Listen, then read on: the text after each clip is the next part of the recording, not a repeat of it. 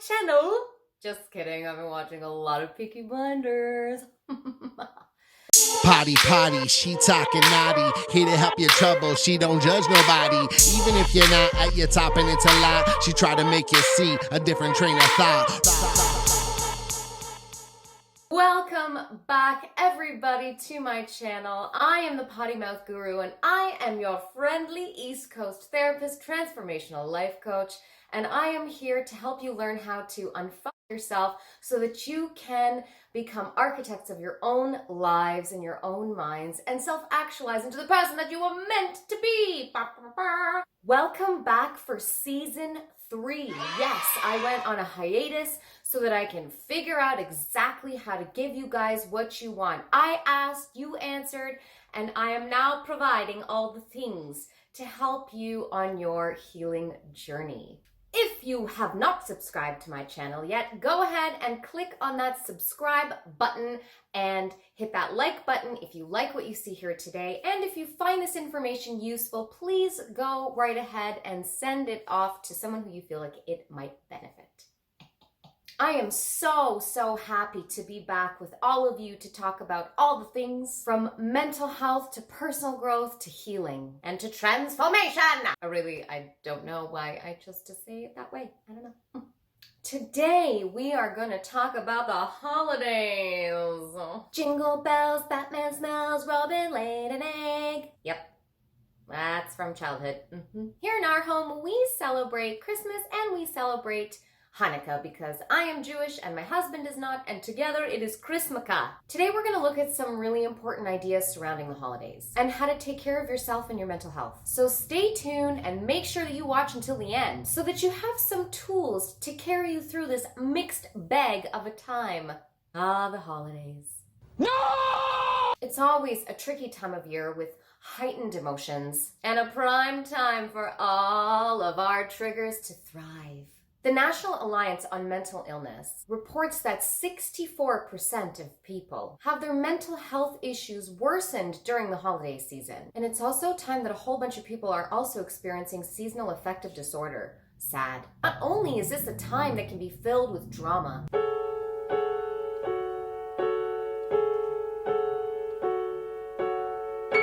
and other hard things, let's just add a global pandemic on top of this fucking existing insane pile. Now there's extra hard shit and totally fuck my life kind of circumstances and problems to juggle.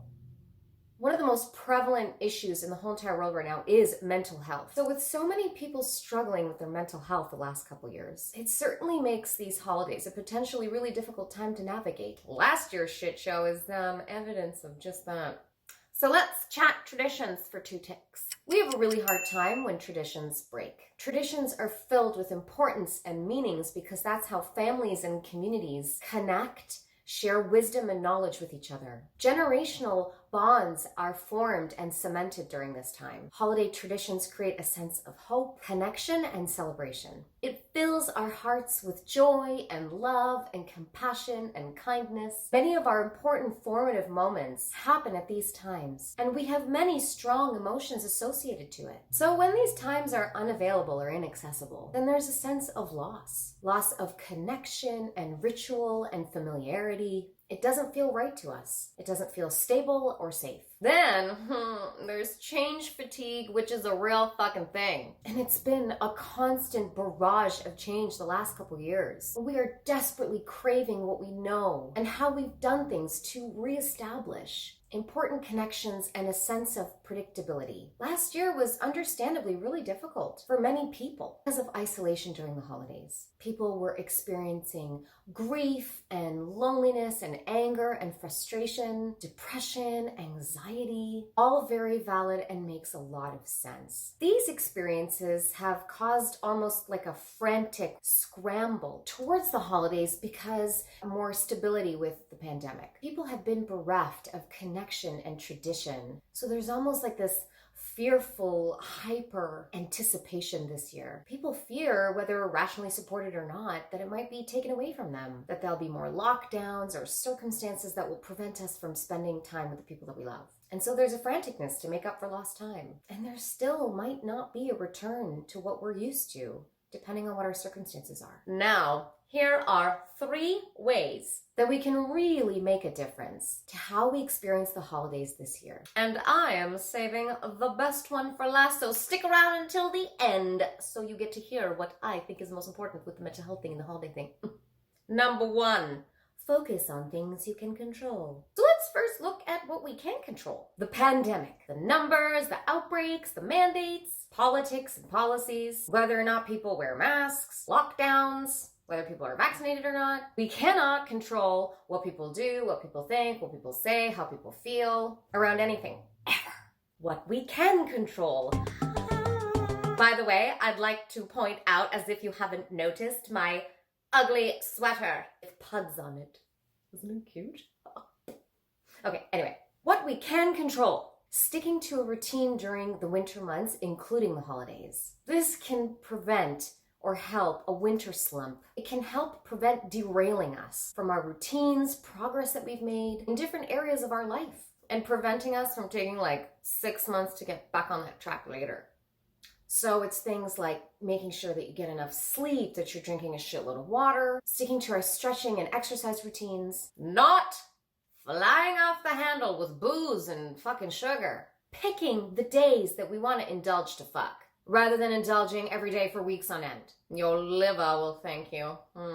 Because you know that you're gonna feel like a big bag of dicks in the new year for like weeks. Also, just a side note, just so y'all know that booze and sugar really fucks with our mental health. Not to mention our gut, which has a direct link to our brains. So the goal is not to exacerbate the difficulties that we already have with our mental health during this time of year. Unplugging from fucking social media and the news. If there was ever a time to take breaks from that shit, it's now. During the holidays, it will allow for you to enjoy the happy moments more and save you from feeling worse in the hard moments. Also, it's important to find ways to integrate activities that make you feel good, rested, and recharged during this time. Also, guys, validate your feelings and take time to process the hard or difficult feelings that might crop up, like grief, or anger, frustration, loneliness. Be patient with yourselves because it takes time to unpack and manage our feelings. Be aware of mindful gratitude. Take 2 minutes a night to write down 5 things that you're grateful for in a little gratitude journal that you're going to keep by your bed. Express gratitude to people, and there's a really cool 3-part way to do it. Part 1, saying thank you. Part 2, acknowledging the effort that was put in for this thing. And part 3, express the positive effect that it's had on you. Be patient with those close to you. Try to accept your friends and family as they are in this moment. Be understanding if others get upset or triggered, if something goes wrong, because chances are they're having a hard time. Having this approach of empathy and compassion will ultimately benefit you just as much as it will everybody else around you. It will encourage kind and healthy feelings, rather than toxic ones that feel like trash in your body. This is essentially about self-compassion, self-care, self-love. For those of you that know that the main modality that I work with is inner child work and reparenting, and have seen my content about these topics, this is what loving self-discipline looks like. This is the self-regulation that I'm talking about. This is what giving yourself what your original caregivers never gave you looks like. And if you haven't seen the videos that I have on these topics, they will appear above somewhere at some point. Managing your expectations.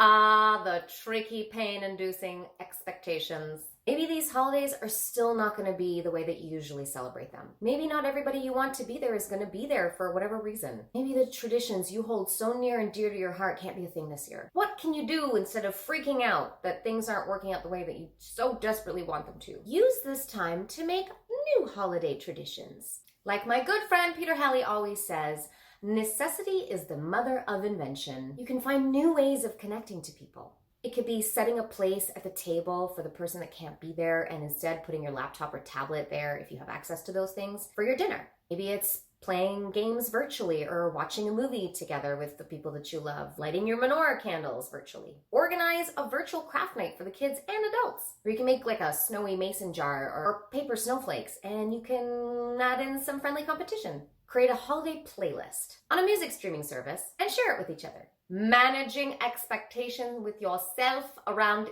gifting. Between the pandemic-related financial stress and the global supply chain issues and our usual financial issues, this year is a great year to chill our faces on fucking holiday shopping. Gift spending. There are totes so many ways to spoil your loved ones without breaking your bank account. Setting a budget so that you don't go over, making a list of exactly who you're shopping for. Check off that list as you go.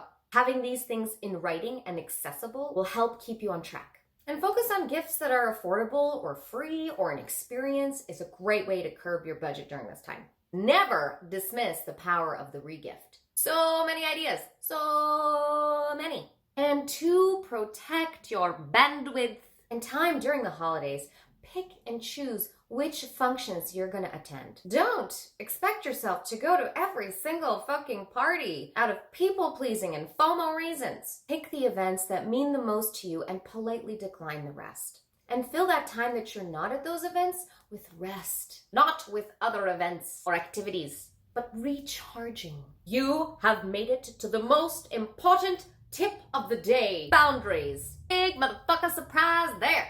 So some boundaries we've already talked about around what we consume, what we spend, what we attend. What I want to specifically talk about is who we are going to be spending our time with. We've been taught from a very young age that the holidays are a time to visit relatives and all about family obligations, that those things are a priority over everything else. But putting your mental and emotional health at risk for that shit doesn't have to be a thing. You do not have to spend time with people who are bad for your mental health, no matter what your mama says to you. Because this year's a little bit more back to normal, a little bit more of what we're used to. And the fact that last year didn't happen the way that people wanted it to. People are gonna have high hopes, expectations, and desires to have things look like the way they always have. They might want the whole family to be together. And they might want for you to suck up whatever stuff you got going on with somebody in the family. Even if it's toxic and abusive dynamics. Because last year you couldn't because of lockdowns. Sometimes we just need permission. So I know you don't know me. If you need to hear this, I give you permission to not spend time with people who upset the shit out of you, who are abusive and toxic towards you. Even during the motherfucking holidays. With mental health being such an issue, we have to make some choices, and potentially difficult ones. We need to start weaving into our realities that mental health is bodily health. It is brain health. Having mental health issues is having brain health issues. It's your whole body, actually. It's your nervous system and your limbic system and your digestive system that gets so affected. So fuck that shit. I get it. I get it. Some people would rather avoid the conflict than deal with the shit that's coming their way. Backing out might seem like not worth it. So they go anyway. But is it really worth it? Ideally, the people that we love and that love us will understand, respect, and accept the decisions that we make. Sometimes that's not the case. Well, then it's up to us not to own somebody else's feelings and reactions towards our decisions because we can't control them and we have to stick to our boundaries. They'll get over it. And if they don't, maybe it's time to consider that maybe they might be that toxic person in our life. Remember, we get to decide our boundaries, how we want to celebrate, and what's good or shit for us. We also get to decline talking about shit that makes us uncomfortable. Speak up kindly and assertively. Let that person know that you're uncomfortable and that you don't want to talk about that topic. A little hack for that is to set up safe words with other people there, that if the conversation takes an ugly turn, maybe a relative is being too pushy or you're becoming really uncomfortable, they can swoop in and break that tension. And if you're on the receiving end of a boundary, it might feel shady and it might feel rejecty. And if someone is taking responsibility to look after their mental health, this is something to be celebrated, not personalized, guilted, or shamed. We have to remember that it's not just about us. They don't love us any less. They're just making decisions that support their boundaries and support their mental health. Just a little seed plant, just right there. Okay, guys. Those are my tips for the holidays for 2021. I hope they help support you and your mental health throughout the season. If you have enjoyed, I've been doing a lot of this it's a finger day. If you enjoyed this video, hit that like button, hit that share button, hit that subscribe button. Most importantly, Share this with the world. Oh yeah, and hit that little bell thingy. Then you'll get a notification every time I have a new video coming out, and then you won't miss it.